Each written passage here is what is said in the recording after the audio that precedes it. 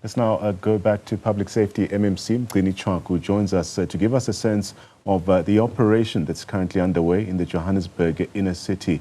Dr. Tshwaku, we've seen you being quite busy on the ground in recent days, but let's speak to the current operation happening right now. What do the latest statistics tell us about road fatalities, especially in the city of Johannesburg, and which behaviors or conditions are contributing most to these deaths that we are seeing? Oh, thank you very much. Good evening to yourself, and also good evening to your viewers at home. Most of the fatalities that are happening in the in the city is due to drinking and driving, and also due to jaywalking. It's the pedestrians that are walking around there, and it's actually quite doing a lot of these issues for us, but. Look, in Johannesburg, you must remember that Johannesburg and Gauteng, the people have left. So you don't have like that much of the spike actually spike of the accident compared to actually the last time. So it's a bit quiet. There was a lot of people that were leaving today. We expect even tomorrow. Then it will be quiet between Christmas and the New Year. And then you're going to start seeing another volume coming back again after the New Year. Yeah. The death of DJ Waras did raise a lot of questions around CCTV coverage around the city of Johannesburg. Maybe let's speak to this now. What role is technology then playing, such as CCTV, speed cameras and data-driven policing? What is it playing in improving road safety and crime detection, for instance? No, it is. Remember, the crime, the crime prevention strategy also includes the data-driven strategy, where you are using the cameras with an artificial intelligence. So in the city, we've got 580 cameras in the area. We've got also the about 6,500 cameras that we are getting a feed from the VumaCam. So in total, we're looking at about the camera feed to the IIOC, which is the camera unit of the JMPD. We're looking at about 7,000 plus. But the only thing that we are having as a problem in the CBD is, one, it is the vandalization of the batteries of the CCTV, and then secondly, it is the power supply, because we used to get power from the traffic lights by the GRA. So we're looking at a different technology now. You're going to see them, they're actually going up. I did do about 3 months ago the smart poles. So as a smart pole, they use a solar, so that we're just having feed all the time. So it is very, very important. MMC Tshwaku, can you give us an update on the scale of hijacked buildings and properties in the city? This is an issue that has been once again thrust into the spotlight. Speak to us about the areas that are most affected by this problem here.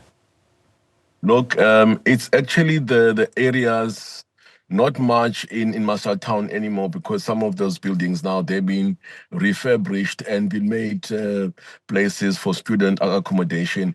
If you go up areas like Liliangoi area, Troy, Bree, and all those areas, so you find that there are buildings that have been left abandoned by the owners. For example, the one that we're actually in, it was owned by a company called WHM Group. And by the looks of it, is that when we've done our investigation, this company is owning a lot of buildings in the city. It used to be owned by some guy. We still want to check if maybe he's passed on or something, but the tenants who were staying there, they've been staying there for almost 30 years to 40 years. They said they last saw the owner about 20 years ago. So that building, it doesn't have an owner, it doesn't have anyone. But what we did is, if I can explain, sure. With this kind of operation, it was quite a different one, because we've been going to all these buildings and, saying people that they're hijacking and all of that's dangerous. But I said to my team, let us take our teams and just take everyone and show the country. Maybe let us interview some of the people who are staying there, even these committees, and listen to their plea, or what is the issue. I was actually not quite shocked, but I was quite actually humbled by the explanation we actually got. they've been saying that they've been approaching us as the city for a very long time, because after they could not find the owner, they wanted to take over and pay the rates. But there's an issue of the ownership and the ownership of the account, the rates account. So they've been getting people coming there to hijack them and all of that, some property companies. So it actually opened and shed us a bit of light to myself to say that maybe in these buildings, because the issue of alternative accommodation is quite very difficult, I don't think that we're going to be achieving that at any time soon. So the question I asked them, how many are willing to really pay rates and pay rent? They say that almost 80% of us, because we are working. So I said to them, look, maybe let us look at something different. I will talk to the city to see if maybe get a facility where you guys are able to pay rent or pay, so we must look at something, a solution. And then we must get a way that maybe a company or something, or maybe create a facility where we're able to do a maintenance on those buildings and actually do this facelift. So it was quite the high opener in many. This is the first building, and this is actually the third building where we called the tenants to really come through, and we asked them what is the issue. So we cleaned up the Remington building. We've cleaned up the Metro Heights building. You can even go there and check through negotiations and other tenants. They're saying that we're not going to leave here because tenants have been owing us a lot of money. So if we can get our money, we can settle and then we can go. At the Metro Center, they actually did that. They were settled, I think about between 300 and 400,000. Then they vacated, and then the owner was able to come in and do their work. Maybe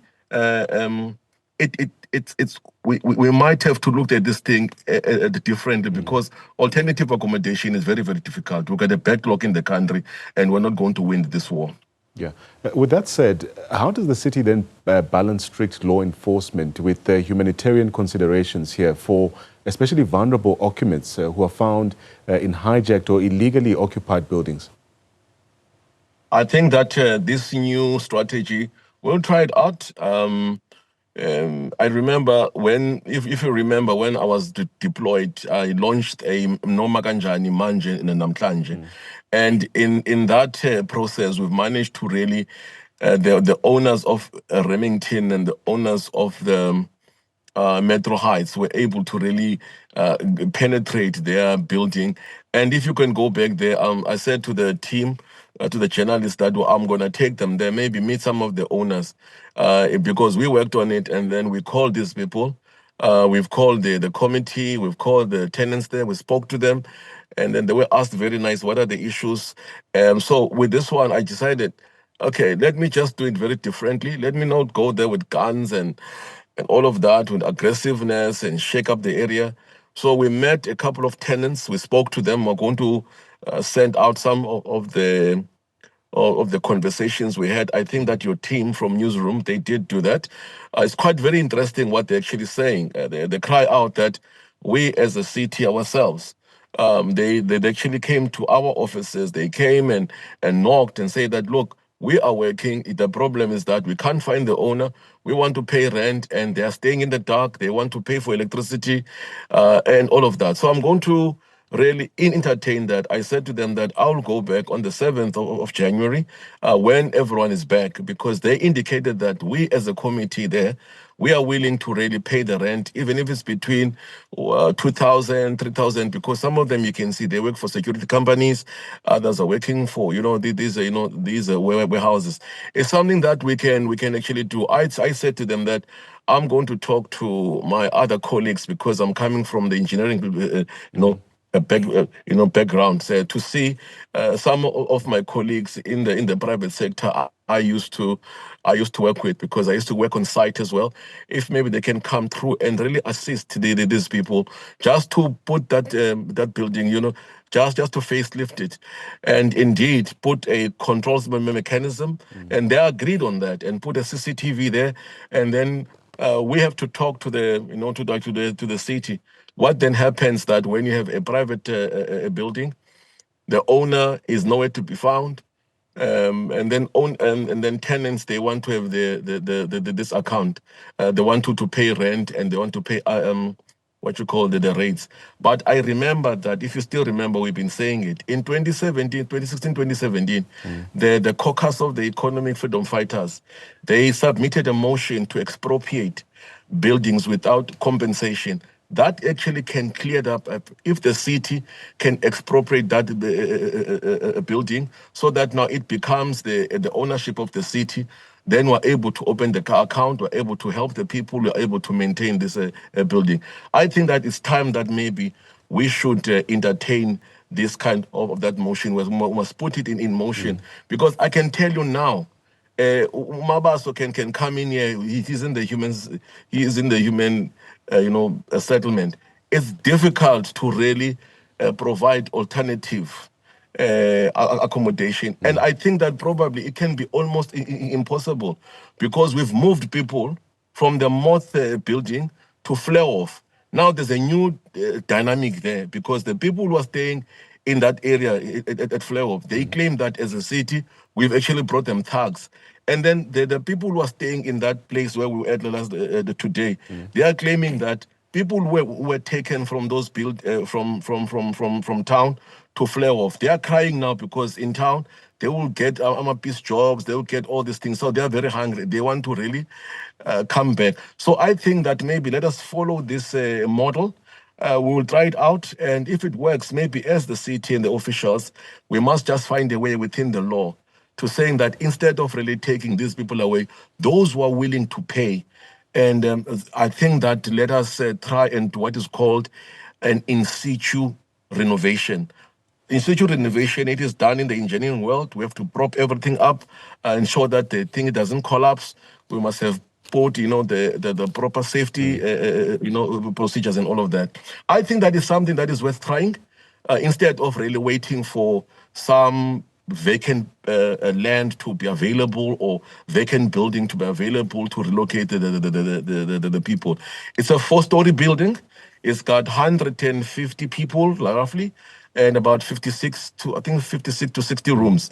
I think it is doable. I think the guys out there, business people out there, if they're listening to me, they want to come on board. Let's see if this thing can actually work. And then people are willing to pay rent. We secure the place, we leave it at ease. Then the building's not going to be dangerous and people coming to really hijack. They claim that over 10 people, 10 groups have been come there, claiming that they are owners of the property. They've taken them to court. They will fight them as well. There's going to be fights there. They say that, no, we don't know you. We know WHM. We're not going to do anything. Yeah. So I think that it's something that it is worth trying. Even if the city doesn't actually put up money, I will go out there and talk to the private sector, my friends from the engineering field, to see if we can really help these guys. We'll start in January. I had today, they said that I've got the red ends. Those were not red ends, man. It was my team. Gotcha. I call it the Red Advanced Detachment Unit. Right. Thank you so much for your time. That's MMC Mgcini Tshwaku, providing these critical updates on road safety. Started off crime trends, also speaking to the issue around hijacked properties, infrastructure protection as well, and enforcement.